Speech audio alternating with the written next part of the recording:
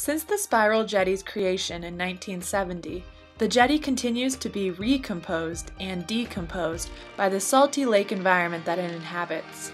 The jetty's continual changes are not by accident, but rather, the artwork's creator, Robert Smithson, wanted the work to interact with the volatile environment in which it existed.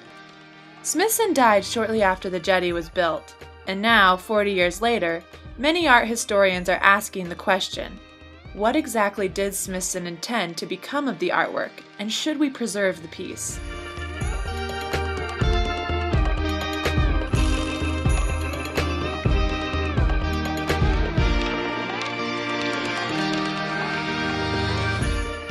As Smithson wanted, the jetty has undergone many entropic changes since it was built, such as being submerged underwater, surrounded by sand and droughts, the whitening of salt crystals, and buildup of silt.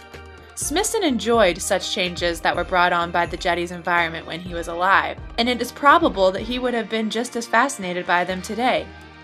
However, it is less clear what Smithson would have thought about changes to the jetty brought on by visitors, and not the natural climate.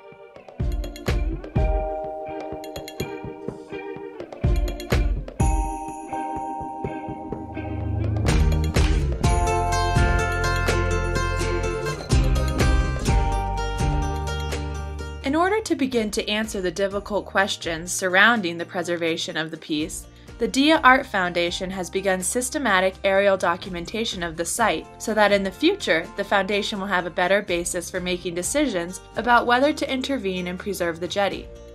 Human contact is not the only element the Dia Art Foundation is worried about.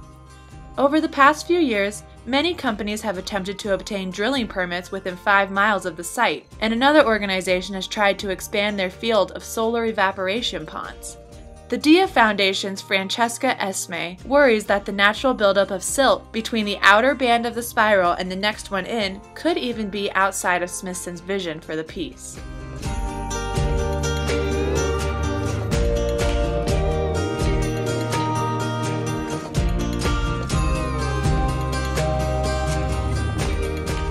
If change and entropy were inherent to the work itself, then would Smithson really want us to step in and preserve the piece? Smithson was working against the preservation of museums.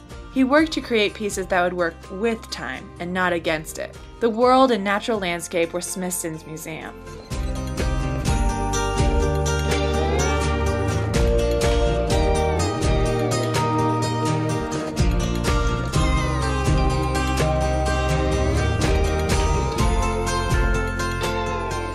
If Smithson found wreckage to be more interesting than structure and thought that any natural change would enhance the work, should we attempt to preserve the structure at all?